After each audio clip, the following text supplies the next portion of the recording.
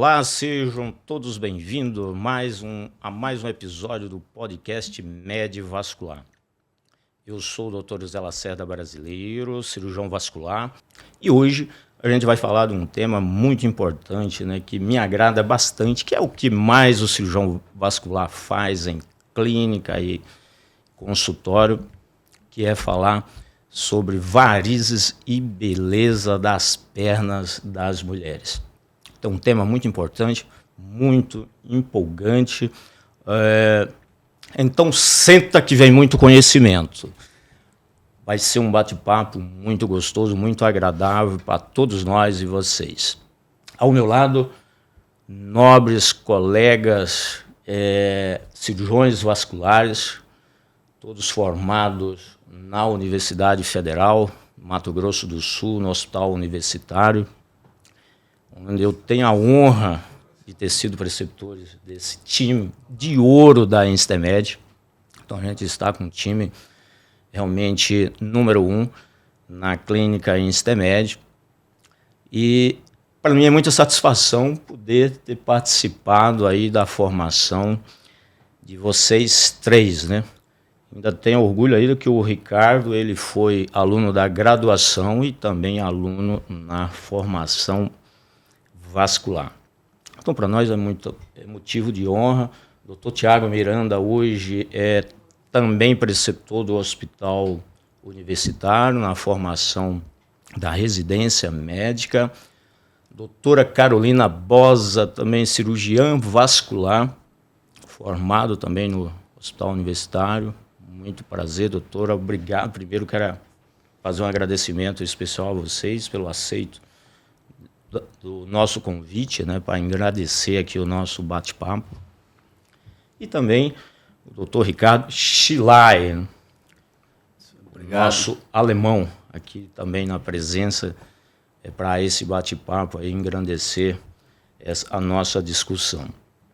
Então hoje a gente vai falar, como eu fiz na abertura, sobre o que nós chamamos de fleboestética, né, que trata-se principalmente do tratamento das varizes com a visão voltada principalmente para a estética, mas não deixando de ser abordado a beleza das pernas. Então a gente trata a estética e trata a doença funcional, porque as varizes, além da parte estética, também tem a parte funcional. Aqui, para começar o nosso bate-papo, eu vou passar a palavra para o Dr. Tiago Miranda, né, para ele abrir, exatamente falar um pouco o que seria a fleboestética e o que a gente aborda dentro, principalmente da fleboestética, Tiago. Primeiramente, Dr. Lacerda, Dr. Ricardo, doutora Carolina, é uma satisfação enorme estar aqui com vocês hoje, podendo conversar um pouquinho, discutir um tema realmente muito interessante e apaixonante no nosso dia a dia. Hoje, esse termo fleboestética, ele está relacionado muito a tratamento com foco, né, em duas situações. Tanto a parte funcional, onde você consegue resolver a dor, consegue resolver o problema circulatório do paciente, só que sem esquecer da parte estética, né? Então a gente consegue hoje, com tratamentos minimamente invasivos, de rápida recuperação, além de resolver os sintomas do paciente, consegue deixar isso com o mínimo de cicatriz possível e de uma forma mais harmônica para o corpo do paciente. Muito bom. Doutora Caroline, o que seria varizes, num conceito assim básico, né, para a gente passar aí para o nosso público que está nos assistindo? O que nós consideramos varizes e vasinhos? As varizes, a gente tem que ver que são aqueles vasos mais dilatados, que a gente enxerga assim na pele, a olho nu, que é o que dá mais sintomas no paciente, que vai dar mais inchaço, vai dar mais dor, daquela sensação de peso. Os vasinhos, eles são mais superficiais, são aqueles que a gente vê sobre a pele, aquele mais rosadinho, mais azulzinho, que geralmente é o que mais incomoda esteticamente. Geralmente, não é regra, né? Mas não dá muito sintoma, né? O que dá mais sintomas são as varizes, porque elas já são mais calibrosas, já é a doença mais avançada, né? Eu costumo fazer uma analogia, né, para o entendimento mais fácil dos meus pacientes. A gente considerar as varizes como sendo uma árvore. uma árvore que precisa ser podada, né, para você manter a boa saúde ali da vegetação. Você precisa estar o tempo todo cuidando dessa árvore. Então, as varizes, você tem galhos, tem ramos disseminados na coxa, na perna, que são os vasinhos, varizes nutridoras, que são varizes de menor porte, mas em conexão direta com aqueles vasinhos. E as varizes propriamente ditas, que são aquelas veias dilatadas, bastante tortuosas, que podem estar ligadas ou não à safena. A safena magna, a safena interna, a gente vai falar daqui a pouquinho, é como se fosse a grande árvore, né? Então, se essa árvore, que é a safena externa, a safena interna, que vai desde o pé até a virilha, ela estiver doente, então todo o restante dos galhos das árvores vão ser alterados. Então, isso é uma analogia, um conceito bastante interessante para o público leigo que está nos assistindo, para eles terem um entendimento melhor, né, como realmente se manifesta a doença venosa, também chamada de doença venosa crônica, que se manifesta com as varizes, com todas a clínica evidente que a gente vai falar mais na frente, como isso se caracteriza. Doutor Ricardo, a gente não poderia deixar de falar, começando aí sobre a flebe estética, não poderia deixar de falar sobre a pele do paciente, o tom da pele. O cirurgião vascular, hoje em dia, ele também é um grande conhecedor das características da pele de cada paciente, porque hoje, além da gente tratar a parte funcional, a gente visa principalmente a parte estética. Como o próprio tema do nosso episódio fala, né, que é a saúde e beleza das pernas. Então, além da parte funcional, a gente tem que deixar as pernas mais elegantes, que é o desejo de todas as mulheres. E o que, às vezes, na maioria das vezes, o que piora mais são aqueles vasinhos superficiais que estão conectados a algumas veias profundas, que essa paciente ela quer se livrar daqueles vasinhos. Mas a gente encontra aí um empecilho grande no tratamento desses vasinhos, dependendo do tom da pele desse paciente. Eu gostaria que você fizesse aí uma classificação de uma forma resumida, para a gente ter um entendimento melhor e quais são os gargalos, as dificuldades que nós temos aí para enfrentar esse tratamento, seja com escleroterapia ou com laser transdérmico. Ok, vamos lá então. Nós temos a tabela, nós usamos que é a de Fitzpatrick, que é de acordo com a pigmentação, né, da pele desses pacientes. Então, para ficar mais fácil para o paciente entender, são 6 classificações, eu graduo assim. Paciente, aqueles 2 primeiros, é o paciente que sempre queima, quase nunca queima quando exposto ao sol. Os 2 últimos são aqueles pacientes já com maior pigmentação, pacientes negros que ou eles raramente queimam ou nunca. Olha, não tem uma história que houve uma queimação, né, uma queimadura solar. E tem os pacientes do meio, que são aqueles pacientes que tendem a bronzear, né, podem também sofrerem com alguma queimadura solar, mas tendem a bronzear. Isso é importante para nós no tratamento, porque para a gente passar para o paciente a possibilidade que tem nós termos cuidado quanto à pigmentação da pele no tratamento. Porque, como o Dr. Tiago disse, a gente pode estar fazendo um tratamento, resolvendo um problema, tanto funcional quanto estético. Eu queria complementar, né, a sua fala.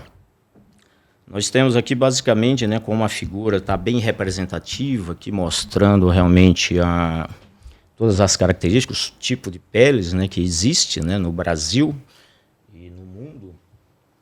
No Brasil, nós temos uma característica muito importante por conta da nossa miscigenação, que a maioria da população aí vai ser fototipo 3, 4, às vezes até um pouco para frente 5. Então, essa é a característica predominantemente. Em Campo Grande, nós temos uma miscigenação muito maior, né? Então, essas características da mulher, por isso que a beleza da mulher de Campo Grande chama a atenção, por conta dessa mistura de raças, né? e dá essas características da pele bastante elegante, que é esse moreno claro, às vezes moreno escuro, que na hora da gente traçar o nosso plano de tratamento, isso é muito importante. Aqui a classificação é bem didática, né, que vai desde o olho azul um pouco mais escuro, claro, né, com essas características. Isso às vezes é difícil até a gente fazer isso quando a gente está na frente do consultório. Mas existe uma classificação mais simples, mais prática, objetiva e direta, que é a classificação da linha das mãos. Você olhar na linha das mãos. Existem 2 tipos pela linha da mão. Ou é a linha da mão marronzinha, ou é a linha da mão vermelhinha.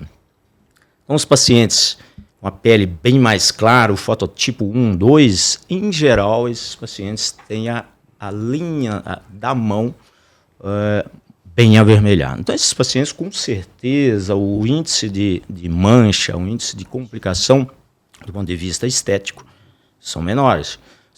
Ela pode até manchar, mas desaparece mais rapidamente. Em contrapartida, aqueles pacientes que têm a linha da mão mais escurinha, mesmo a partir do fototipo 3, esses pacientes você tem que já fazer uma previsão e alinhar bem o seu plano de tratamento, juntamente com a paciente. Por isso que a gente fala que o tratamento ele é único, ele é personalizado, né?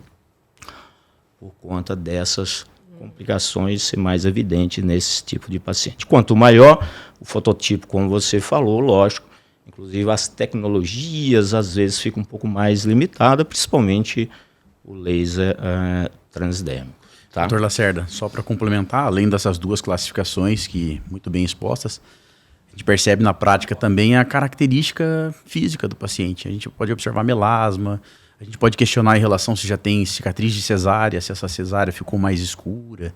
É questão de até cirurgia plástica, se a incisão... Então, essa hiperpigmentação, que são essas manchas, a gente consegue observar desde manchas de pele por exposição ao sol, essas melasmas, que são essas manchas no rosto de pós-gestação, quanto de cirurgias prévias. Então, esse é um outro fator importante a ser analisado, até para escolher qual o tratamento ideal, para minimizar, né, essa possibilidade de incisões anteriores, pequenas cirurgias que mancharam em qualquer local do corpo. E então, até traumas, é importante na hora do exame físico do paciente. Né? E outra coisa que é importante, além assim, do tom da pele, é ver aquela pele que é mais fininha também. Você tem que ajustar melhor o parâmetro quando vai fazer o laser, né?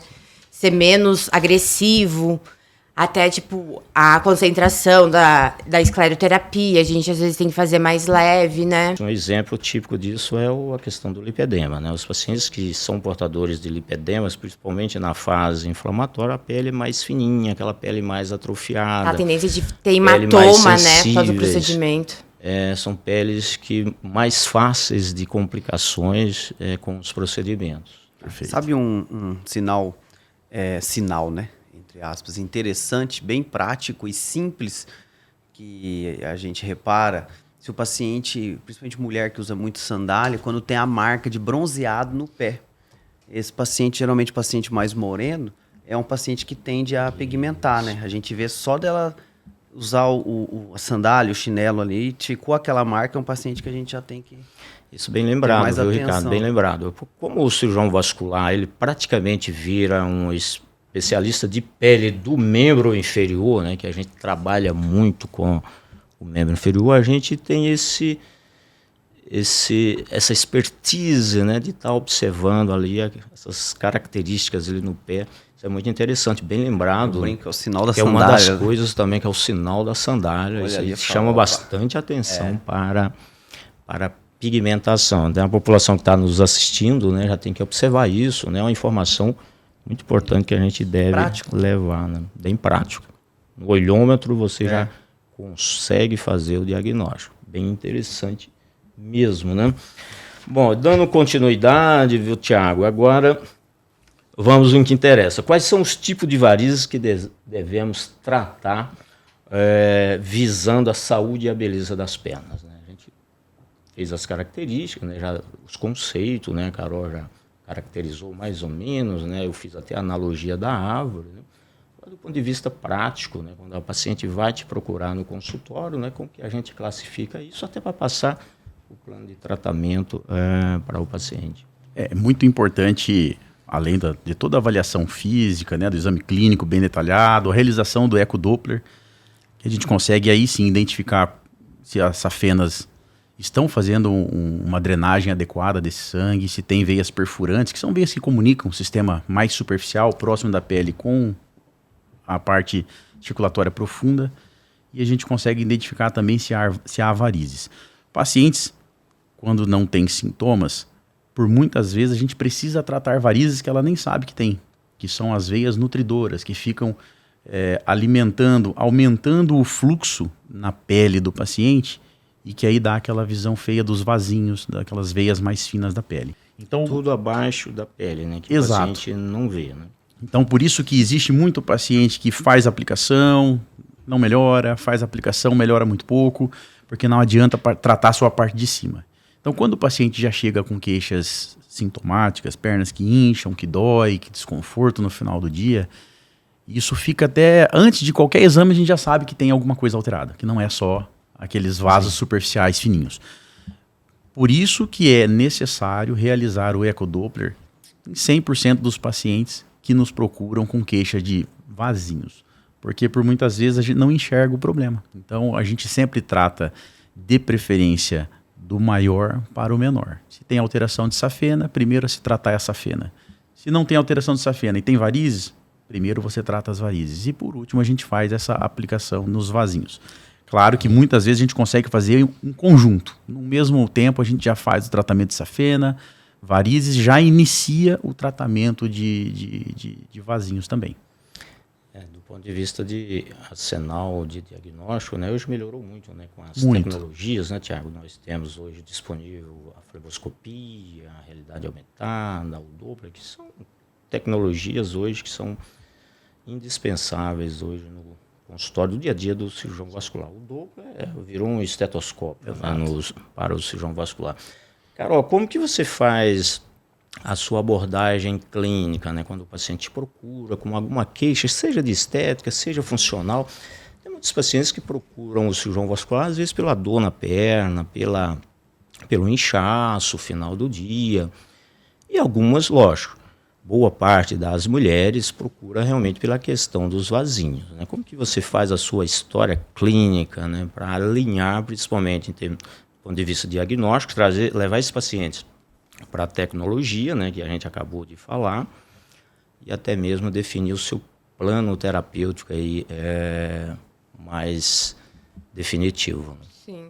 Inicialmente, o que é muito importante a gente fazer, né, é a conversa com o paciente, a anamnese, levar em consideração todos os sintomas, a queixa, o que realmente incomoda o paciente, a gente tem que sempre levar isso muito em consideração.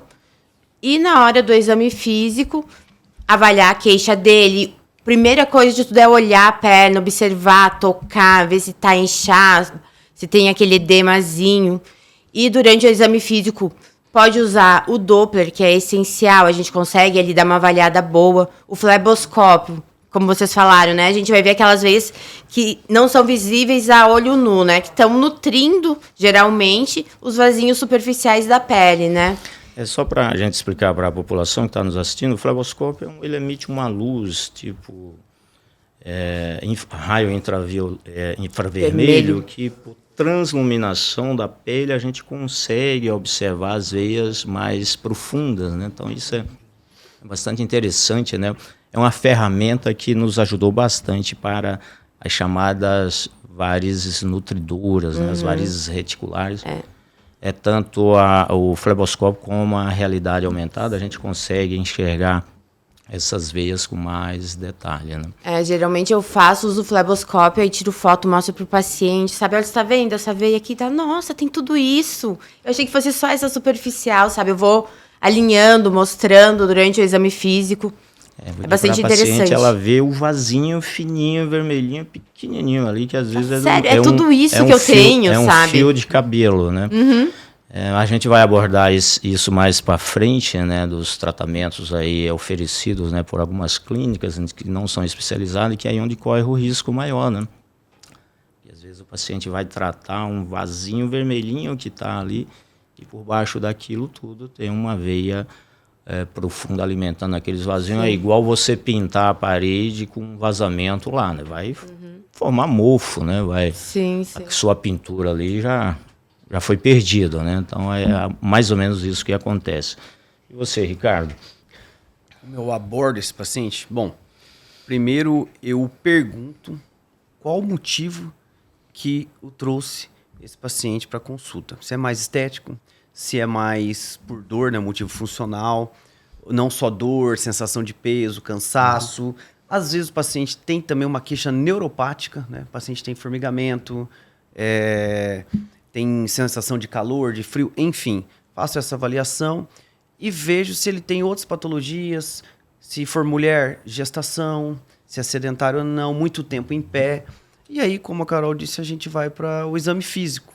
E aí no exame físico, geralmente é essa surpresa, né? Como ela falou, a hora que a gente passa o fleboscópio ali, o paciente assusta com um tanto de vasos que tem ali embaixo, nutrindo esses outros vasos que são aparentes ali, as telangiectasias, os famosos vasinhos, né? Voltando agora para Carol, quais são as modalidades terapêuticas hoje em dia, né, Carol? A gente sabe que a cirurgia vascular, a cirurgia tanto arterial como a cirurgia venosa, né? A venosa que mais a gente atua, que mais a gente tem expertise, né?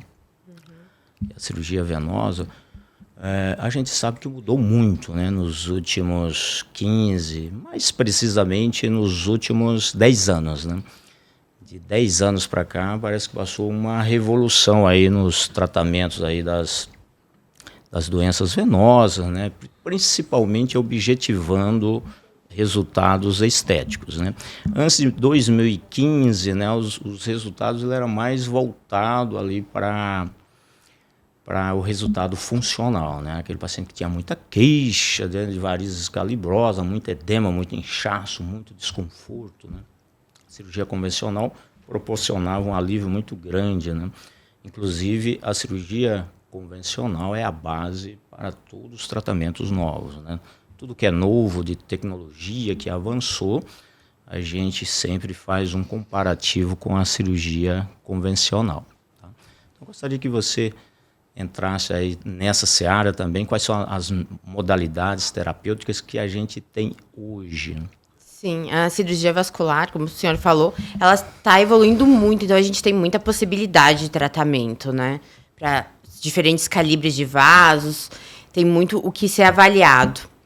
A gente começa geralmente com a escleroterapia, que é uma escleroterapia líquida que a gente usa nos vasinhos mais fininhos, ou com espuma, quando os vasinhos já são mais calibrosos. Junto com isso, a gente pode usar o laser transdérmico, que é excelente, até usar técnicas misturadas, muitas vezes dá um resultado mais rápido e mais eficaz, né, para o paciente. A gente, assim, na InstaMed, a gente tem praticamente todos os recursos, né, para fazer esse tratamento ideal para o paciente. A gente consegue avaliar cada caso e o que cabe em cada caso, né. Além desses, a gente tem o tratamento com o endolaser, que ele vai... Geralmente, a gente usa em vasos mais calibrosos, nas varizes, para o tratamento da safena, que é um tratamento minimamente invasivo. O paciente fica praticamente sem cicatriz, porque é só um pontinho pequenininho de entrada. Isso vai cicatrizar. Junto com o laser intravenoso, tem também a radiofrequência, né?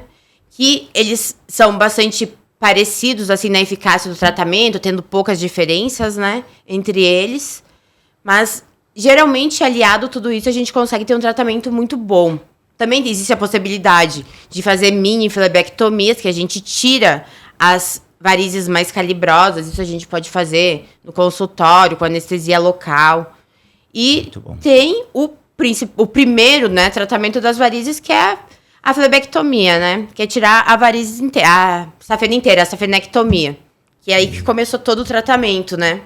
Você, Thiago, agora vamos o que interessa, né? Desde o tratamento inicial, aí a sua experiência, né? Porque você é da residência ainda do cirurgião raiz, né? Hoje eu faço uma classificação aí, um parâmetro, né, do cirurgião raiz e o cirurgião Nutella. O cirurgião Nutella é aquele que preocupado pegou agora. Muito ainda a cirurgia convencional, né? A gente sabe das dificuldades que é, né, a cirurgia convencional, mas realmente a cirurgia convencional, quando feita por cirurgiões experientes, né, cirurgiões que já são experimentados, né, que já têm os seus anos de carreira, realmente ela funciona, né, para a maioria dos casos lógicos. Que com as novas tecnologias, o Thiago vai abordar agora, né, fazer um históricozinho desde da residência dele até agora, as coisas mudaram muito, né, do ponto de vista tanto funcional como estético, né, teve essa evolução. É isso, Thiago, você concorda comigo, né? Em tudo, né, porque realmente quando iniciei, a gente só tinha realmente a opção de cirurgia convencional. Então, se retirava essa safena, fazia cortes na virilha, cortes no tornozelo e retirava essa safena. Para retirar as varizes, tinham que fazer inúmeras incisões. Isso aumenta hematoma, aumentava a dor, tempo de recuperação. Realmente era 1 mês, 2 meses. 30 dias no mínimo, né, de repouso.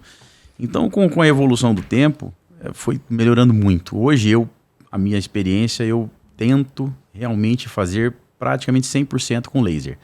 Deixo a mini flebectomia para casos isolados, casos que tem algumas situações como umas veias muito aderidas à pele, veias que realmente dificultaria o tratamento com o endolaser.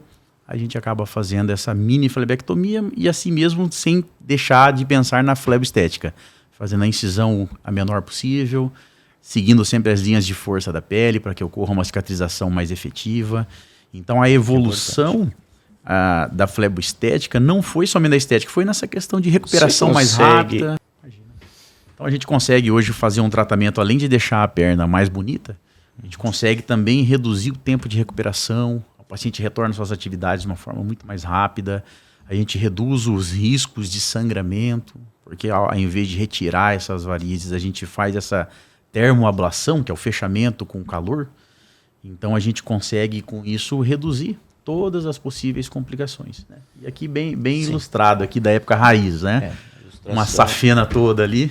A retirada da safena, a imagem ilustra muito bem isso, né? A safenectomia, né? Essa cirurgia ela é realizada desde a década de 60, né? Cirurgiões vasculares antigos, isso era a rotina, né?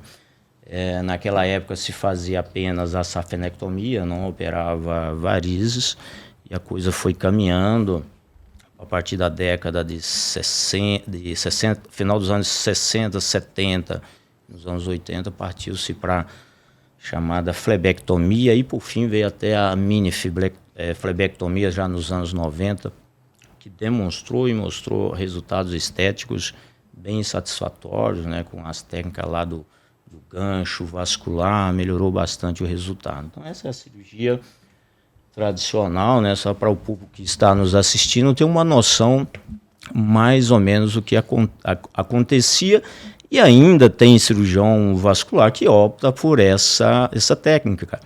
E não é porque existe a metodologia moderna que a técnica foi abandonada. Existem casos de safena muito complexa, muito doente, bastante dilatada, que realmente a gente dá preferência por ela, porque realmente o resultado é superior, o resultado é melhor, o paciente fica curado. Quando a safena é muito dilatada, o laser, os novos métodos, eles às vezes falham, né, em algum segmento da safena. Por isso que existem casos, lógico, que hoje em dia são casos muito poucos, são casos isolados que a gente opta pela cirurgia convencional. E caminhamos para isso, né, com a fotografia aí da esquerda,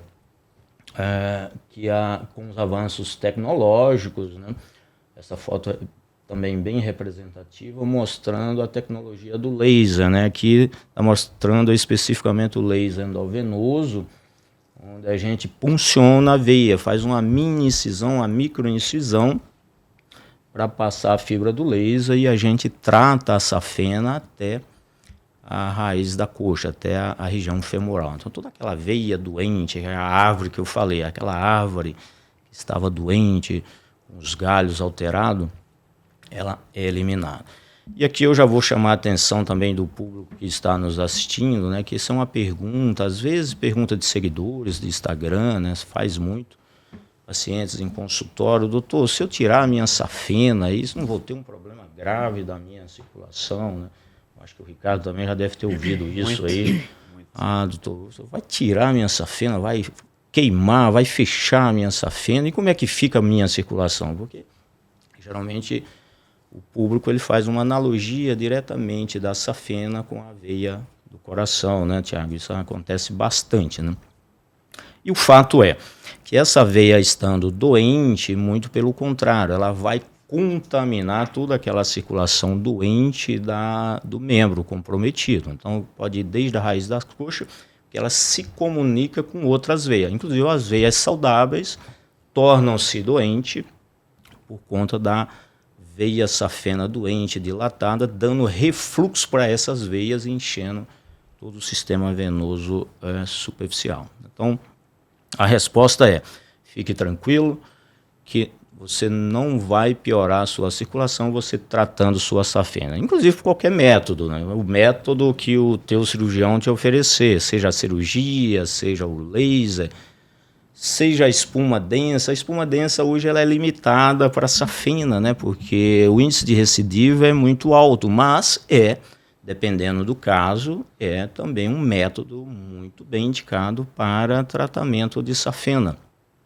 Conforme o tamanho da safena, ela trata também. Principalmente se o paciente não tem aquele refluxo lá em cima, próximo da coxa proximal, da virilha ali.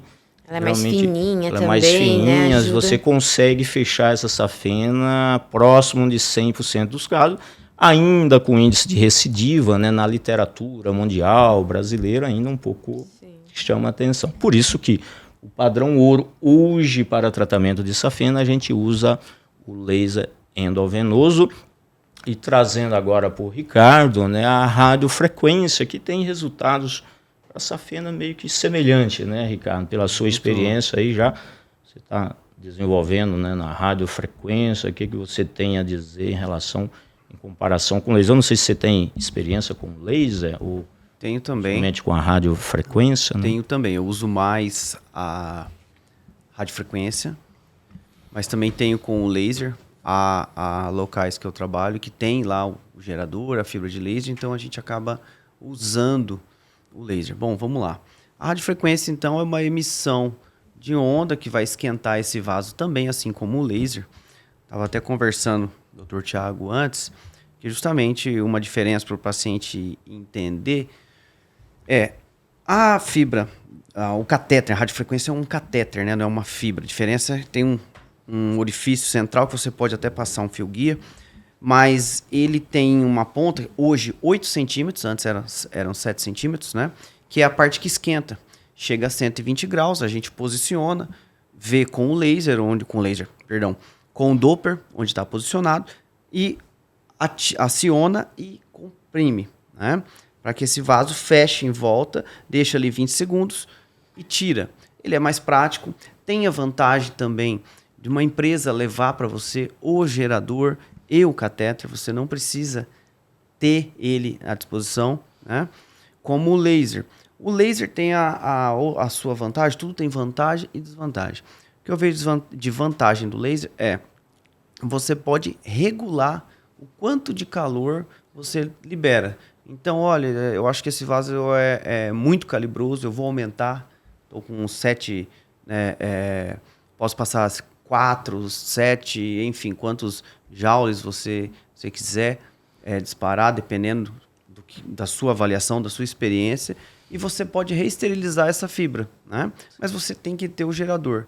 Então, eu trabalho com os dois, mas eu gosto bastante da praticidade da radiofrequência, visto que os resultados são muito semelhantes nos estudos. Sim, do ponto de vista de resultado, né, final, é semelhante. A diferença do laser, como você apontou para a radiofrequência, parece ser, né, Tiago, a versatilidade, né? O laser ele oferece uma versatilidade, um número de tratamentos maior, inclusive hoje as veias tributárias, né? Que Sim. A gente tem essa limitação com a radiofrequência, até pela espessura do catéter, né? Sim. Ele tem uma espessura que ele realmente aloca apenas em veia safena. Ao contrário da fibra do laser, né? Como mostra bem aqui na figurinha, nessa foto, né? A fibra do laser ela é bem menor, né? Mais ou menos de 400, 600 micras, né? Quando comparado ao catéter é bem menor. Então é por essa razão, né, Tiago, o laser te oferece o melhor. E o que muda em termos da emissão de calor é o gerador. O gerador ele emite o calor por radiofrequência, né? E o do laser ele emite por energia térmica, né? Então, mas tudo conflui para o mesmo resultado. Na verdade, em resumo, né, as duas fazem o fechamento da safena por termoablação, ou seja, calor que vai ser liberado nessa veia. O que muda é basicamente isso. Eu, como eu disse no início, eu tenho preferência sempre pelo endolaser, pelo laser, porque além dessa versatilidade de quanto de energia quanto de calor eu vou entregar para cada veia, dependendo do seu calibre, dependendo da sua localização, eu também consigo realmente tratar segmentos de varizes reticulares, de varizes não necessariamente somente safena, né? Que como o Ricardo bem colocou, 8 centímetros é onde dispara o calor, e às vezes a gente tem uma varize de 3 centímetros. Então a gente precisa, e o laser dá essa fineza, né? Essa delicadeza. Essa possibilidade. Essa é a grande vantagem de diferença. Mas as duas técnicas são muito boas, né? São excelentes, mas hoje em dia caminha para isso por conta da facilidade técnica mesmo, né? Da emissão do calor, da energia do laser. Com a radiofrequência você vai fechar, e muito bem tratado, a safena, e depois você vai ter que acabar fazendo fleboextração, né, das varizes, né? Ou entrar com um laser para poder fazer o fechamento com o endolaser, a técnica combinada, né? É só um adendo, que é essa comparação que eu disse que é o resultado muito semelhante, justamente pensando em safena, né? O laser realmente tem essa versatilidade, paciente que tem outros vasos, as tributárias, que nós desejamos tratar também tem tanto efeito estético quanto funcional, aí sim o laser tem essa vantagem, mas os resultados semelhantes, e muito semelhantes, sim. Pensando em safena, é praticamente o mesmo. Não muda. Não muda. Já que a gente está falando em laser, Tiago, a gente sabe que hoje, né, Carol também, tem dois tipos de laser, né? Que todo mundo aí faz os seus planos de tratamento, fala muito no laser, né? Mas no final tudo conflui para resultado. O que nós queremos mesmo é resultado.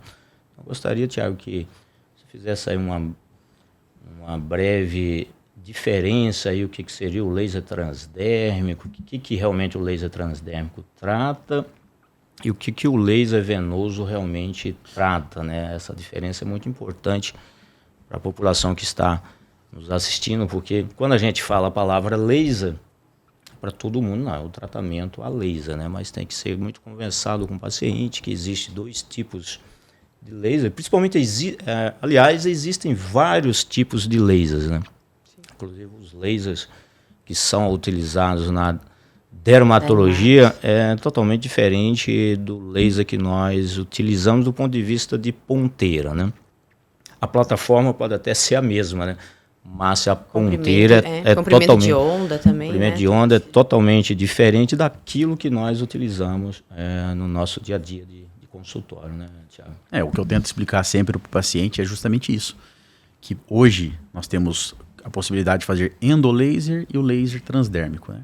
E sendo 2 aparelhos totalmente distintos para esse tratamento. Laser, o que é esse endolaser? Eu costumo até filosofar um pouquinho com os pacientes e falar, olha, o endo deriva da palavra grega endron. Então, ou seja, interno, dentro. Então, o endolaser é quando a gente trata a veia por dentro. Você, como o senhor bem mostrou na foto, você entra com o catéter por dentro da veia e dispara energia de calor lá dentro para fechar.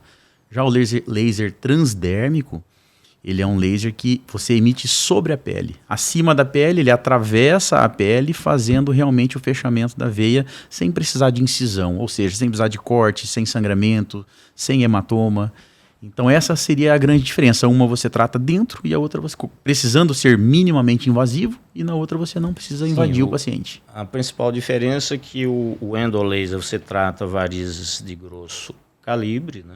Sim. E o laser transdérmico ser uma plataforma, ele emite calor por cima da pele, ele trata principalmente vasinhos e as chamadas varizes nutridoras, né? Varizes reticulares, que está alimentando aqueles vasinhos. Essa também é uma diferença na prática, né? Na prática clínica seria isso. E uma outra diferença que às vezes o paciente também questiona, aquele paciente que tem um tecido gorduroso um pouquinho maior, e aí acaba que essa veia está ali a mais de 4 milímetros da pele. Então, por mais que ela não seja uma veia tão calibrosa, por mais que ela não seja varizes, o laser transdérmico já não alcança essa profundidade. Onde a gente tem que acabar optando pela mini flebectomia, ou por aplicação com espuma, ou até mesmo o endolaser. Aí a gente avalia dependendo de cada caso. Aí entra a individualidade, né? De qual caso ficaria melhor. Carol, hoje na sua prática clínica você faz a espuma, né? Quais são tipo de veias, né, que você opta pela espuma, pela a glicose hipertônica, né, que é aquela glicose que tem uma concentração alta, ou associação de técnicas, que isso é muito importante, né, essa associação para a gente chegar ao resultado final, né. A gente sabe que existem várias técnicas. As tecnologias vieram para nos ajudar nesse aspecto, né? Mas quando a gente associa, não existe o tratamento de varizes só com laser endovenoso, só com laser transdérmico, só com a espuma densa, só com escleroterapia com glicose hipertônica, né? A gente tem, o cirurgião vascular ele tem todo esse arsenal terapêutico para oferecer essas oportunidades. Na sua prática clínica, como você está conduzindo aí no seu dia a dia de consultório? Eu gosto muito de utilizar todas essas técnicas combinadas, sabe? Eu acho que fica mais eficaz, o tratamento ele fica mais rápido também. E dependendo do vasinho, né? Você vê assim, é uma pele mais clara, que é mais difícil de manchar, a veia está um pouquinho mais profunda, você consegue com a espuma e tranquilo com a espuma, sem muito medo de manchar a pele. Eu gosto muito também de usar tumescência na hora que eu faço o procedimento para deixar a veia mais fechadinha, sabe? Para ter um resultado melhor. Quando eu uso a espuma para essas veias mais grossinhas, eu gosto muito de drenar ela em seguida, para não ficar aquele acúmulo de sangue, não ficar formando tanto esclero, que também ajuda a não manchar a pele. Isso eu tô vendo que tá funcionando muito bem. O laser transdérmico, eu gosto muito, muito mesmo de usar o laser. Aí, o laser ele te dá a chance assim, ó, que na hora que você tá fazendo o procedimento, você já sabe se o vaso vai fechar ou se não vai. Se vai mudar a característica do vaso ou não. Muitas vezes você usa, assim, até numa reticular, que é um pouquinho mais grossa, você vê que a reticular já fecha na hora, sabe? Ela respondeu, né, o tratamento do laser. Se você pensa assim, eu vou fazer laser e vou combinar com uma espuma em seguida. Às vezes só o laser mesmo ele fecha, né? E as telangiectasias, aquelas vermelhinhas que são as mais difíceis a gente tratar, muitas vezes eu uso laser associado à glicose ou uma solução de glicose com polidocanol, que também tem um resultado bom. E aliado a isso, eu gosto muito da tumescência depois do procedimento para fechar mesmo esse vaso, sabe? Isso, a tumescência, a gente vai comentar mais profundo, né? É uma tecnologia desenvolvida, né? Que realmente melhorou muito os resultados, principalmente para varizes reticulares, né? Associado até a outras técnicas aí quando tem perfurante, envolvendo ali aqueles vasos, né? É o que eu gosto de falar e na sua prática, Ricardo, como que você tem feito aí tem usado mais espuma, usado mais o laser, a glicose hipertônica? Quando utilizar, você opta pela glicose, opta pela espuma? Bom, vamos lá. Tem até literatura que eu já tive acesso que diz que se você usar um método só para doença venosa, você não está tratando. Tem que ser sempre uma associação. E realmente a gente vê, como a Carol falou, que há uma diferença de resultado. Hoje em dia eu tenho reservado espuma mais basicamente para safena por conta do receio de pigmentação. Às vezes tem paciente que tem uma pele mais sensível, pode fazer algum ferimento. Então eu estou reservando a espuma mais para safena e para reticulares e telangiectasias, venulectasias, eu uso uma associação de glicose com o polidocanol e também com lidocaína, com anestésico. Por quê? Na sequência eu vou fazer o laser transdérmico, então geralmente eu associo tanto a esclero com o laser transdérmico. Esse paciente já tem uma pele levemente anestesiada para poder fazer o laser transdérmico. O vaso, né, ele tem uma afinidade quando você faz o laser transdérmico tem uma afinidade muito maior quando você injeta em forma de espuma. Você aumenta a afinidade do laser por aquele vaso. Eles chamam de cromóforo, cromóforo, fecha mais. Exato, mas dependendo do calibre do vaso, você pode fazer o laser e em seguida já associar a glicose hipertônica. Também tem um resultado muito bom. A glicose é realmente a chamada esclerolaser, né? Um grande tratamento, né, Tiago? Hoje a gente já vem, a esclero já vem há muitos anos também, assim como a cirurgia tradicional, e as tecnologias incorporaram aí, juntamente para aquilo que você colocou, né, associação de técnicas para obter o melhor resultado, mas visando principalmente o resultado estético, né? Dependendo do tipo da pele, a espuma ela funciona bem para aquelas veias que não são muito superficial, né? Aquelas veias que são muito superficial mesmo, mais calibrosa, às vezes até o laser vai manchar a pele, não tem como. Sim. E voltando para a questão do fototipo, né? Então aquelas peles mais escuras, o fototipo ali mais avançado, o 4, o 5, o 3, a partir do 3, né? Então esses pacientes têm uma tendência maior a manchar com espuma, né? Então, é lógico que essa mancha ela não é definitiva. 90% das manchas elas vão desaparecer num período de 6 meses, né? 80%. Quase 100% no período de 2 anos. Aí tem aqueles casos que não sai de jeito nenhum, e aí a gente tem que lançar a mão aí da parte dos cremes, né, que a gente vai falar mais para frente, os cremes despigmentantes aí para visar o resultado estético, tá? Mas a espuma ela funciona, inclusive varizes calibrosas. E qual que é a vantagem da espuma? Ela é 100% ambulatorial. E melhor ainda, sem anestesia, né? Lógico que para você obter o resultado estético como você abordou, Carol, você tem que fazer a drenagem, né? Sempre forma os coágulos, tem que ser feito a drenagem no tempo certo. Quando a veia é pequenininha, pelo menos 7 dias. Veias maiores, 14 a 21 dias, ainda tem esclero lá dentro. Eu procuro muitas vezes para você fazer essa drenagem, né? A gente tem até um problema grave, porque no SUS, né?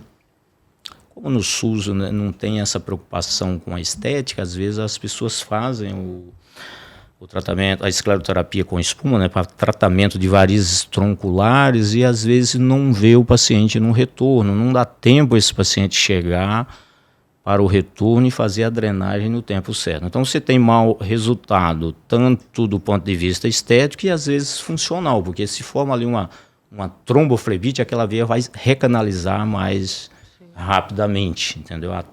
Quando forma o trombo duradouro dentro da veia, favorece a recanalização, não é isso, Tiago? Exatamente. E uma coisa muito importante também que ajuda esse tratamento da escleroterapia é a compressão extrínseca, né? O uso de meia elástica no pós-operatório. Você acaba mantendo aí 48, às vezes até 72 horas, né?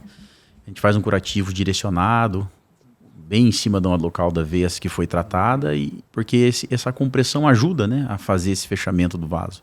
É outra coisa muito importante. Sim. A compressão extrínseca é bastante utilizada com esse foco, né? Você tratou varizes maiores, inclusive safena, né? Sim. O varizes de grande calibre, quando você faz aquelas compressões, aqueles rolinhos de algodão, né? Ou até mesmo alguns tubinhos, né, que existem, né, pré-fabricados, né? Já vem de fábrica. Essa compressão já mostrou resultados tanto funcional como estético superior de quando você faz e não usa nada. E por cima vem a compressão elástica, que é outro problema que a gente observa, né, na rede pública. às vezes o paciente tem dificuldade de fazer a compressão, até mesmo de usar a meia elástica, né? Aí sim os resultados vão ser ruins, tanto estético como funcional, que é hoje a nossa discussão, né? Para você tá buscando, né? Não é porque que a mulher é do SUS, né? Também que ela não está preocupada com a estética, claro. Né? Então tem uma certa preocupação, mas infelizmente é a tecnologia hoje que tem disponível na rede pública, né? Eu tento fazer uma analogia também, como o senhor falou lá atrás, né? Para o paciente conseguir enxergar. Então, eu faço uma analogia assim, para o paciente não deixar de usar meia. Por quê? A gente tem que lembrar que a gente mora no Brasil, um país tropical, e Campo Grande é quente realmente. A meia, né, aperta, ao longo do dia vai esquentando. Então, muitas vezes o paciente tem a tendência de não usar, de retirar. Então, eu faço a analogia seguinte, olha, pensa que eu estou injetando uma cola dentro de um canudo. Se eu apertar esse canudo, deixar apertado, a chance dele ficar fechado é muito maior. Então não adianta nada a gente estar fazendo aqui, está gastando seu tempo, está gastando seu dinheiro, e você não usar meia, o resultado pode não ser o esperado. Então pensa que é um canudo com cola que você precisa apertar. Tem o calor, tem o tempo, mas vai valer a pena. E aí, geralmente, o paciente acaba... Né, gostei dessa analogia, vou copiar ela. Aderindo essa história do canudo aí. Consegue enxergar e fala, poxa, faz sentido. Ah, né? Muito, gostei. Isso aí. E você, Carol, o que você acha dessa conduta aí da compressão também? Não, acho excelente fazer um curativo. Eu sempre uso curativo compressivo, uso bastante o taping, que vai ficar ali um tempinho também, ele fica uns 3, 5 dias, às vezes até fica mais, fica ali comprimindo, né, com a força dele a pele. No momento que o paciente vai tirar a meia para tomar banho, às vezes não coloca a meia, pelo menos ali vai ter um recurso junto, mas sempre aliado com o uso da meia, sempre aliado com esse cuidado. Uhum. Voltando aí ainda para a melhora dos resultados, né? Sempre para a gente obter melhor resultado, você falou, né, que a gente tem que usar técnicas combinadas, né? Hoje nós já temos disponíveis também a técnica Start, né, e também a subincision, ou subincisão, né, em português. A subincision também veio auxiliar bastante, porque assim, daqui a pouco a gente vai falar dos casos desafiadores. Isso ajuda muito, né, nesses resultados, principalmente quando você chega no seu consultório, aquela paciente cheia de varizes, que tem as chamadas perfurantes ali associadas. E às vezes você não consegue pegar essa perfurante com o doplo, porque ela é fininha, né, chamada também perfurante estética, né? A gente vai tanto em coxa como em perna, né? A gente sabe que tem ali onde tem os vasinhos, se você pesquisa com detalhes, você vai encontrar alguma perfurante que às vezes não tem refluxo nenhum ao Doppler, né? Você pesquisa o refluxo, não tem, né? E hoje já tem essas possibilidades aí de você associar subinciso, você vai por baixo, né? Por baixo da pele, entra abaixo da pele e faz a secção mecânica dessa veia perfurante que está alimentando os vasinhos. Ao público, a veia perfurante é aquela veia que ela vai da pele, ela está alimentando os vasinhos da pele e vai até as veias profundas. Eu faço isso com muita frequência, que assim, a tumescência, como a Carol muito bem disse, é uma solução que a gente prepara com algumas medicações, entre uma delas a epinefrina, né, a adrenalina. Então a adrenalina ela faz essa vasoconstricção porque é justamente isso que o senhor falou. A subincision, você entra com uma agulha, identifica onde está essa veia que é a veia nutridora e você desconecta ela. Você acaba a comunicação com a pele. Como você desconectou, aquilo ali tende a sangrar. Então uma forma até de evitar o hematoma e também fazer, aí já entramos na técnica Start, você injeta essa solução preparada com adrenalina que faz uma vasoconstricção desse vaso para diminuir o hematoma, e o Start ele vai apertar a pele, você trata fechando. Duas coisas ao mesmo tempo, trata a perfurante e ao mesmo tempo você ajuda a fechar aqui os vasinhos que está na pele. Então que entra você obtém o resultado estético melhor, mais favorável, entendeu? E aqueles vasinhos que tem uma dificuldade enorme, que às vezes As mulheres tentam tratamento de repetição várias vezes, né? Ele recidiva, vai e volta. Às vezes não foi detectado ali a perfurante que está alimentando. Então, às vezes você trata o vasinho, conforme a gente abriu falando isso lá no início, né, do episódio, porque tem essa conexão embaixo. Então essas técnicas novas aí também veio para contribuir bastante, ajuda muito, né, nesse tratamento. E também associado a isso nós temos o chamado a técnica Clarks, né?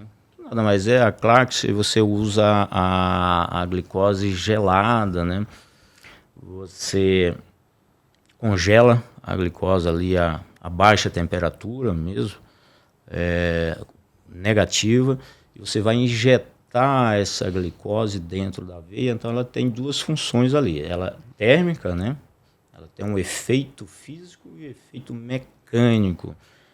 Isso melhora também os resultados do ponto de vista estético também. E por cima você faz o laser e depois vem com o Clarks. Só que hoje em dia, porque a glicose gelada, ela é muito difícil de injetar. É uma técnica pouco factível. Tem uma agulha mais calibrosa, né? Ela fica bastante densa, né? Até por isso ela ajuda a fechar o vaso também, porque ela fica um líquido mais denso. Bem denso mesmo. Então a glicose gelada, ela tem os efeitos bons, mas tecnicamente ela é pouco factível, né? Então hoje o que a gente usa na prática clínica? É a técnica combinada da glicose com o resfriamento de pele, né? Então, você resfria aquela pele ali a 20 graus negativo, né? Ajuda na analgesia também. Além da analgesia, né? A gente faz o procedimento, os tratamentos sem dor, né? Que a gente vai falar agora, né? Nesses casos. Sem dor, ajuda muito, né, o resfriamento de pele, e você também melhora o efeito pela vasoconstricção, favorecendo mais essa reação inflamatória do vaso, contribuindo aí para o fechamento e a absorção desse vaso mais facilmente, né? Eu gostaria que você falasse agora, Tiago, hoje os pacientes buscam muito, né, o tratamento. Aliás, o medo das mulheres buscar, às vezes, o tratamento em algumas situações é a fobia da agulha e a dor, né? Que esses procedimentos, às vezes, é doloroso, né? Principalmente a glicose hipertônica. A glicose hipertônica é muito boa, é excelente, né? Tradicional. As complicações são muito baixas, né? Mas tem esse inconveniente, né? Aí o Tiago vai falar agora, né, o que hoje nós avançamos aí em termos das tecnologias para diminuir a questão da dor, né, para a gente fazer o procedimento em nível de consultório, né? Aliás, hoje o tratamento de varizes, né, a gente está trazendo para o consultório, né? Hoje, o endolaser também, as cirurgias mais calibrosas, né? A gente está cada vez mais trazendo esses pacientes para dentro do consultório, porque os procedimentos tornaram-se minimamente invasivos, né? E dentro do consultório, como você falou, a gente já tem essa tecnologia, né? Na Instemed, nós já disponibilizamos essa tecnologia, que é oferecer esse tratamento aí com menos dor ou praticamente sem dor, né, Tiago? Com certeza. As duas principais armas que a gente tem hoje para minimizar a dor, que nem eu costumo dizer, a gente fala que sem dor não é, mas é uma dor muito tolerável, muito mais suportável. Das duas coisas que a gente utiliza com muita frequência, o óxido nitroso, onde é um gás que a gente inala, que o paciente inala, né? E isso diminui a escala de dor. Que eu costumo dizer para o paciente assim, de 0 a 10, se o tratamento doeria 8, se não fizesse nada, com o uso do óxido nitroso isso cai para 4, 5. Quer dizer, se torna uma dor muito mais leve, mais suportável, e que dependendo da sensibilidade do paciente, ela chega a dizer que não sente dor nenhuma. Outra coisa que a gente faz realmente para diminuir essa sensibilidade é o resfriamento da pele, com um resfriador de pele. A partir do momento que você resfria a pele, isso gera uma diminuição da sensibilidade importante. Então, é importante a gente conhecer o paciente, porque tem pacientes com doenças reumatológicas, pacientes com fibromialgia, pacientes que já tratam para alguma doença depressiva. Isso acaba facilitando, aumentando muito o limiar de dor, qualquer sensibilidade. Então, esse aí eu já nem pergunto, eu já inicio com óxido nitroso, já faço o resfriamento de pele. Quando o paciente é bem tolerante, aquela que fala que depila e não sente dor, já fez depilação a laser, não teve problema, normalmente eu evito o óxido nitroso por ser um procedimento a menos para o paciente. Sim, menos invasivo. Menos invasivo. Uma coisa menos. Exato. Né? Mas tem realmente aqueles pacientes que têm esse perfil. Né? A gente tem isso na história clínica, viu, Ricardo? É muito importante. Perguntar, você já fez outros procedimentos, você é sensível à depilação. O paciente falou, doutor, não tolero depilação. Aí você já acende uma lanterna aí de que esse paciente vai dar um pouco mais de trabalho, né, para contribuir com o tratamento, porque às vezes o mais difícil de tudo isso é o paciente iniciar o tratamento e ele não voltar a terminar o tratamento com medo da dor mesmo. Tem pacientes que têm dor e tem aqueles pacientes que têm instabilidade emocional que também eles têm a fobia à agulha. O paciente não tolera a agulha. Então esses pacientes, o óxido nitroso ajudou bastante nesse aspecto. Mas associado a isso, eu faço outras coisas, né? Quando esses pacientes eles são muito sensíveis, eu tenho entrado aí com analgesia oral, né? Toragesic sublingual, a dipirona 1 grama efervescente, né? Você faz ali meia hora antes do procedimento. Às vezes isso não é possível, porque às vezes o paciente chega no mesmo horário, né? Mas a gente... Quando o paciente chega um pouco antes, a gente já pede para a nossa instrumentadora entrar com esse medicamento pelo menos 20 a 30 minutos antes, né? Ele vai ter um conforto melhor. E quando associa o óxido nitroso, praticamente o paciente fica sem dor. Existem também alguns produtos locais, alguns cremes. Anestésico local, com anestésico local, alta, né, de xilocaína, alguns manipulados, né, que eu tento evitar, porque quando você usa muito creme, né, você vai tratar ali uma área muito extensa, então isso às vezes pode absorver, né, e dar efeitos colaterais sistêmicos. Então a gente tem evitado realmente usar esses produtos tópicos. Né? Eu costumo usar o anestésico tópico com concentração alta de lidocaína, mais nos vasinhos do pé, sabe? Que são mais sensíveis. Aquele paciente, às vezes, que não sente muita dor, eu vou começar a fazer o tratamento mais alto. Aí eu chego, eu passo na região do pé, porque a quantidade tem que ser limitada, né? Porque é uma concentração muito alta de lidocaína. Passo ali, faço o tratamento da perna e depois vou pro pé, que já dá o tempo de absorver e realmente mostra que o paciente tem um conforto melhor, sabe? Sim, ajuda bastante. Deixar para áreas específicas, né? Áreas que a gente já conhece, saber ser mais sensíveis, né? Mais. Em qualquer paciente, né? Mas isso melhor, né? É uma quantidade limitada, não dá para usar na perna toda, por exemplo, porque conta da absorção, né, da lidocaína. E você vai usar nesses pontos, né? Que o pé é campeão, né? Em termos de sensibilidade, né? Quando o paciente tem bastante varizes no pé, você já se preocupa com o tratamento dele, né? Porque, lógico, isso vai depender também do perfil, né? Conforme nós comentamos, né? Perfil do paciente. Se é um paciente que realmente tem um limiar de dor muito pequeno, que qualquer dorzinha para ele é muito grande, né? O paciente que às vezes a dor para mim é até um nível 2, para ele é nível 10, né? Então, esse paciente realmente com esse tipo de varizes, né?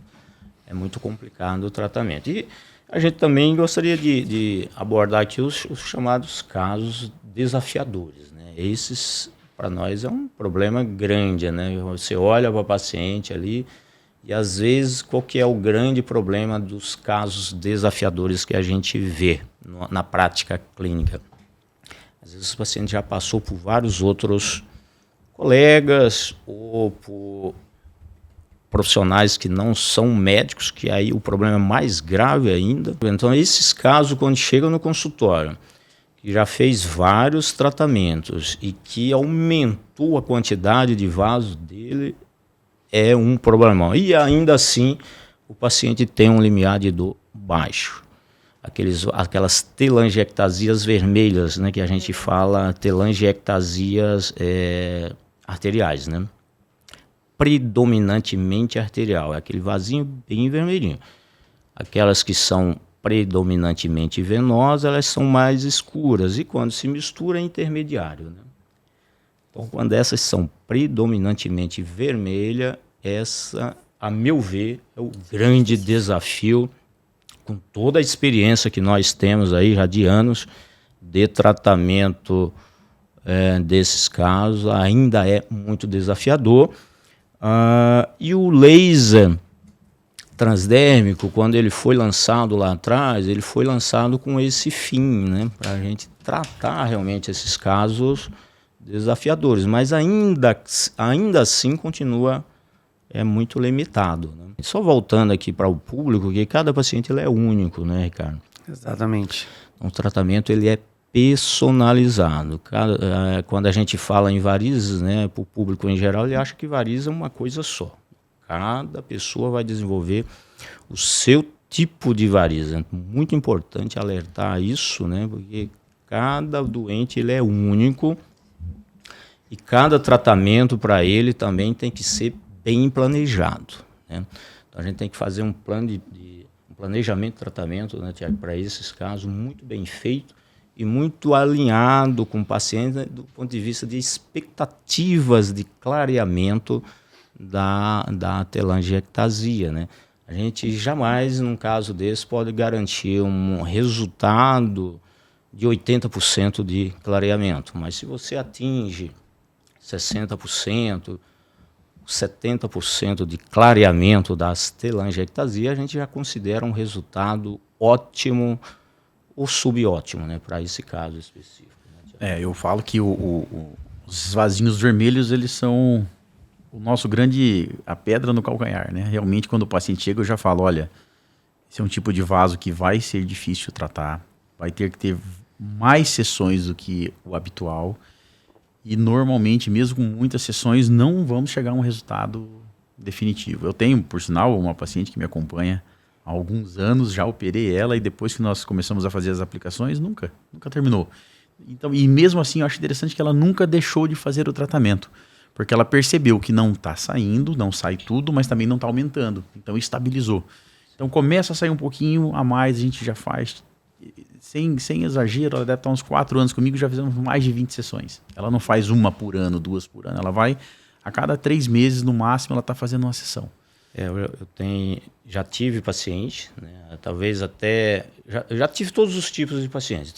Já tive paciente de ficar insatisfeito, doutor, vou parar porque não dá mais, não estou vendo resultado, e vou parar por aqui. Perfeito. Isso existe. Acontece para esses casos, então você tem que estar alinhado com o paciente. A gente vai tentar o tratamento, mas saber que às vezes não vai ter o resultado que ela deseja.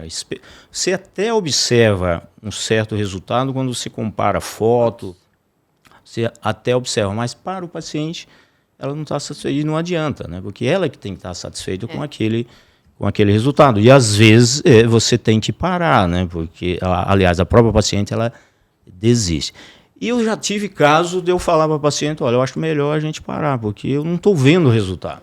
Às vezes a paciente querer insistir, não estou vendo o resultado. Vamos fazer um tratamento clínico de atividade física, a gente vai rever todo o processo inflamatório, né, do seu caso, porque muitas das vezes esses pacientes, por trás de tudo isso, tem uma inflamação muito grande. Naturalmente, o paciente ele é inflamado.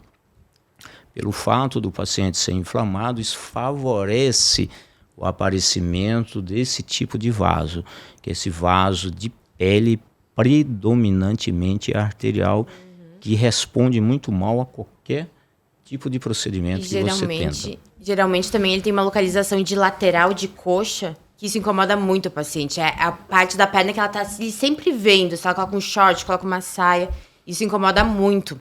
Eu sempre falo, essa é a lesão mais difícil do vascular tratar. Qualquer vascular que você vá vai te dizer isso. Mas vamos tentar.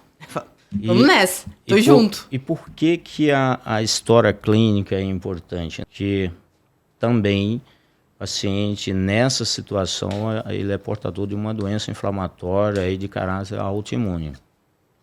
Então, os pacientes portadores de lúpus, pacientes portadores de esclerodermia, da síndrome de Sjögren, artrite reumatoide, às vezes esses pacientes respondem muito mal. Você tenta tratar, né? Alguns respondem bem, mas é nessa faixa aí que a maioria deles responde menos. Tá? Então, às vezes você precisa fazer um tratamento mais intenso, mais a rigor, né, do tratamento em si, do ponto de vista sistêmico, para você iniciar o tratamento clínico, né, Ricardo? Você tem feito isso na sua prática clínica? Exatamente. Acho que todo mundo tem um caso desse, né, desafiador. Eu acho que o mais importante que foi falado é justamente alinhar a expectativa e você frisar que não existe o tratamento ruim. Eu acho que existe o tratamento adequado ou inadequado para aquele caso. Olha, para você ficar melhor isso ou aquilo. Então, adequando expectativas, controlando fatores de base, porque muitas vezes é isso. Sedentarismo, uma má alimentação, e isso propicia o paciente a desenvolver doença venosa e você está combatendo de um lado e do outro vem uma força contrária, que você vai piorar seu resultado. O uso não sei se tem observado também, né? O uso do anticoncepcional ou na fase perimenopausa ou na menopausa, né? Eu acho que você tem pego o paciente nesse sentido, em uso de tanta reposição hormonal estrogênio, ou na fase produtiva, né? O uso do anticoncepcional. Também tem alguns casos, são poucos, mas é aquele paciente que abre esse quadro aí de desafio, né? Tem visto isso também, né?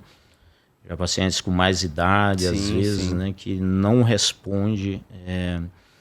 E agora a gente tem aqueles casos, além das doenças inflamatórias, a gente tem também o lipedema. Né?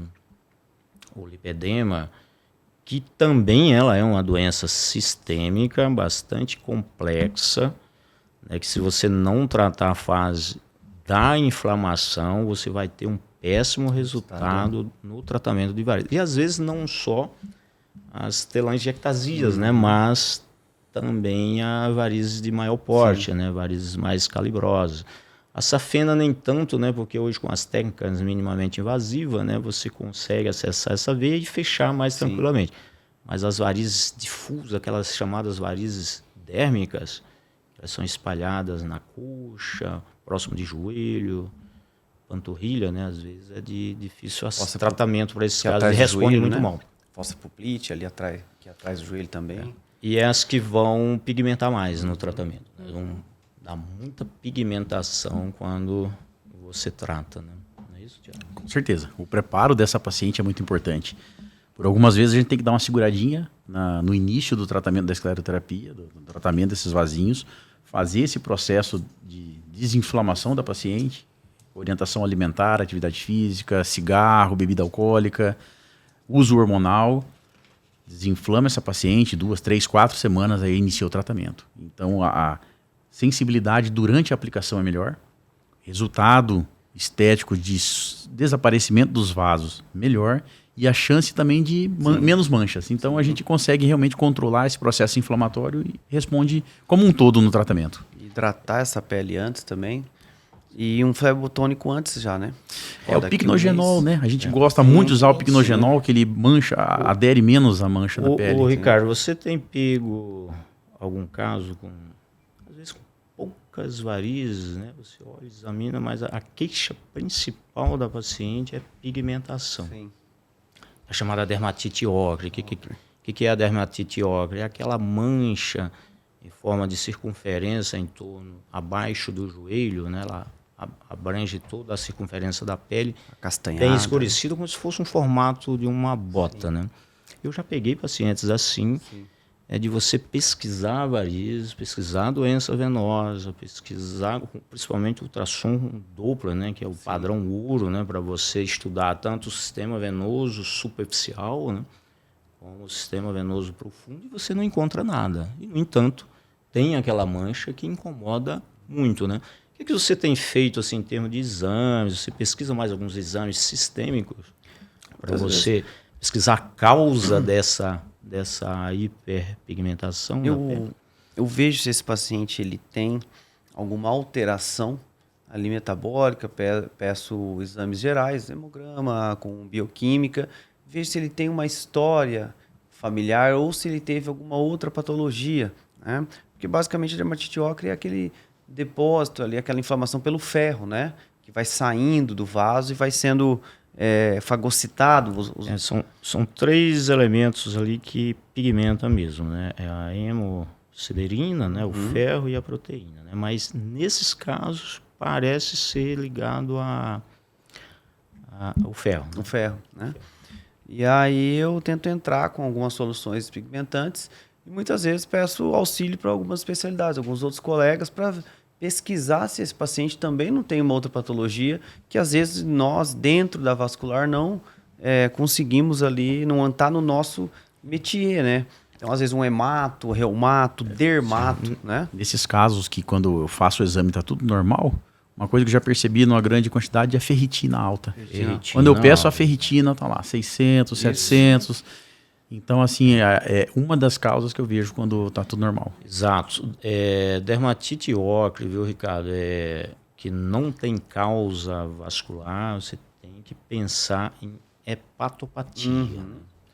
Então, esses pacientes, eles, além da pesquisa da ferritina, do ferro, toda a pesquisa da função hepática e um ultrassom de abdômen total. Hoje em dia é muito comum, né, com essa dieta louca aí que a gente tem no dia a dia, né? A maioria dos alimentos hoje processados, né, à base de carboidratos, ou processados em geral, né? Inclusive o refrigerante.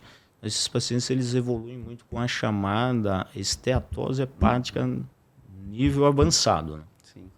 Nível 3, onde ele vai produzir grande quantidade de ferritina, que é a responsável direta. Pigmentação. Né? Quando ele é predominantemente vascular, a dermatite ocre ela vem pela hemosiderina. Né? A hemácia ela sai do vaso, metabolizada dentro do tecido celular subcutâneo, né? E a hemácia que libera esses três elementos. A gente discutiu no episódio anterior obesidade, né? A obesidade, se você olhar todo paciente obeso, ele tem a pigmentação da pele também. Aí sim, às vezes é pela estase venosa abdominal. Tá? Você tem aquele aumento da cintura pélvica aqui com compressão das veias e se você dá uma olhadinha, todo paciente obeso tem aquela pele pigmentada também, que é uma outra causa pela hipertensão venosa crônica, que é o tratamento desse paciente tratamento aí ou com bariátrica ou com as novas canetas aí milagrosas do emagrecimento. A gente até discutiu isso no episódio anterior, né? Muito importante. E para finalizar, a gente não poderia deixar de terminar esse tema sem uma orientação de cada um de vocês, né, em relação à prevenção, né, da doença venosa, né? Além do tratamento, o que a gente tem que falar para o paciente, né, de fazer, além da manutenção, né, vascular, da sua check-up vascular anual que deve ser feito, né? O que mais a gente pode acrescentar, Thiago, os cuidados desse paciente? Você começou a falar lá atrás, eu acabei te cortando. Não, o cuidado são cortar todos os fatores de riscos, né? Entrou obesidade, ou seja, você tem que estar no seu peso ideal, praticar atividade física, e isso é uma coisa que eu bato muito em cima dos meus pacientes, 2 tipos de atividade física, que é a atividade física aeróbica e a musculação. Atividade física aeróbica sem impacto, evitar pular corda, pular chinelo, evitar o tabagismo, não fumar, né? Inclusive, eu já reforço também a questão da narguilé e cigarros eletrônicos, não somente o cigarro convencional. A questão de meia elástica para aquelas pessoas que têm fatores de risco, né, histórias familiares ou já tem pequenos vasinhos, já inicia a meia elástica de uma forma de prevenção, de melhorar diminuir a pressão intravenosa das pernas. Uso dos hormônios, eu sempre falo nessa vida, tudo é risco-benefício. Então, se a gente tem a possibilidade de passar por um DIU ótimo, perfeito, se a pessoa tá fazendo reposição hormonal por causa de uma menopausa e não tem grandes sintomas quando fica sem hormônio, é melhor ficar sem, mas aí tem alguns casos que tem que assumir o risco, né? Uma O gestação risco, tudo indesejada. Em medicina é caso, cada caso, né, Thiago? Então- O risco-benefício a gente sempre coloca na balança isso o tempo todo. Não dá para né? dizer. É isso, Carol, que você orienta, você como mulher, né? A mulher entende mulher mais facilmente, né? O que você... Não, eu até sempre falo que a gente, pra prevenir, a gente tem que fazer coisas que todo mundo sabe que tem que fazer e ninguém faz. A gente tem que fazer atividade física regular, tem que ter uma dieta que não seja inflamatória, manter o peso adequado, hidratação, aquela coisa de não ficar muito tempo na mesma posição, sempre estar movimentando. Eu até falo para meus pacientes que trabalham mais sentados, ficar movimentando o pé como se estivesse acelerando o carro de vez em quando, sabe? Lembrar de sempre que ajudar o sangue a retornar, sabe? Dar uma forcinha para a circulação. Mas o que eu falo de geral é sempre assim, coisas que a gente sabe que tem que fazer, mas muitas vezes vai deixando para depois e não vai fazendo, né? É isso, né, Ricardo? Isso. Você também deve orientar nesse aspecto, principalmente visando... o paciente tem que saber que ele tem 2 corações, né? Um no peito, que é o coração arterial, e outro coraçãozinho lá na batata da perna, né? Na panturrilha, né? Que para esse coração funcionar, ele precisa de atividade física, né? É movimentar, né? O lema aí é movimente-se, faça aeróbico, tá com perda de massa muscular, exercícios resistidos, né? Bicicleta é importante, que não faz muito impacto, assim, principalmente os pacientes de lipedema, que tem mais frouxidão ligamentar, né?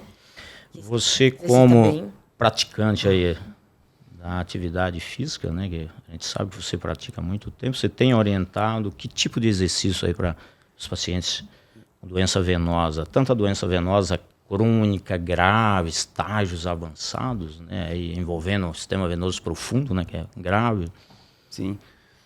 Eu acho que até é redundante e o paciente ele já sabe que ele vai ouvir isso. É algo que é um pouco chato, mas é verdade. A gente tem que falar.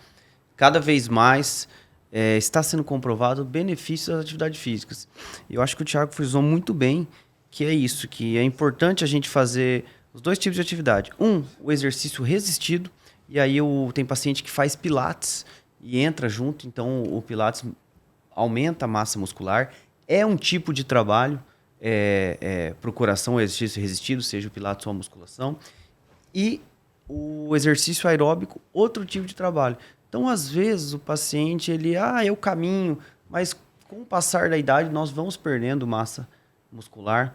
Então, é importante fazer a atividade resistida, a musculação ou pilates, e fazer também o trabalho aeróbico. É claro que exige tempo, não é tão fácil assim, mas eu costumo falar para o paciente, olha, vai então meia hora por dia e escolhe dias. Segunda, quarta e sexta musculação, terça e quinta uma caminhada, alguma outra atividade física. E é isso, é redundante, é chato, mas a gente tem que falar. Com outras palavras, mudança do estilo de vida, né? Então, o paciente ele tem que tomar consciência que ele precisa mudar o estilo de vida. A correção da alimentação é essencial, tá? Atividade física, né? A correção da alimentação visando também o controle do peso, né?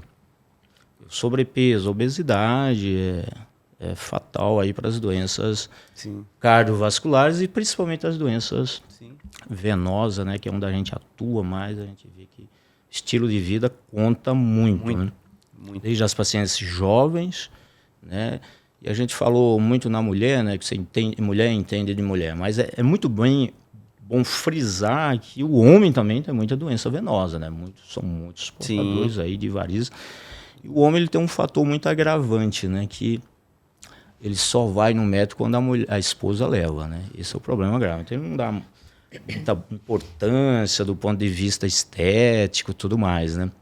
Só quando ele vai no vascular, já vai ao estágio muito avançado, doença grave, né? Com resultados já... Às vezes é difícil você obter o resultado adequado. Inclusive, daqui a algumas horas eu vou operar um caso agora em um homem também, né? Com muitas varizes. Varizes, a perna praticamente inteira, né? A gente vai usar o endolaser, um caso extremamente complexo por conta disso, né? A esposa já está há 10, 15 anos forçando ele vir no médico até que resolveu procurar um médico. Bom, pessoal, o nosso bate-papo aí foi maravilhoso, aquilo que eu falei lá no início, né? Ia ser realmente um bate-papo danado de bom, e foi mesmo, né? Eu espero que a gente continue isso aí por vários outros episódios, né? Esse time de ouro da Instemed não pode deixar de vir aqui. Para nós é motivo de honra, né? Contar com vocês aí para essa troca de experiência fundamental, tanto para os pacientes, até para nós mesmos, né? Porque cada um desenvolve a sua experiência, né? É fundamental. Então, estamos chegando ao final de mais um episódio. Eu gostaria de fazer o convite a você que não se inscreveu no canal, corra agora mesmo, inscreva-se. E o mais importante, também não deixe de ativar o sininho, porque é lá que você vai receber todas as notificações para vocês acompanharem todas essas discussões aí maravilhosas que está tendo aí nos episódios do MED Vascular. Eu agradeço a todos, muito obrigado e até o próximo.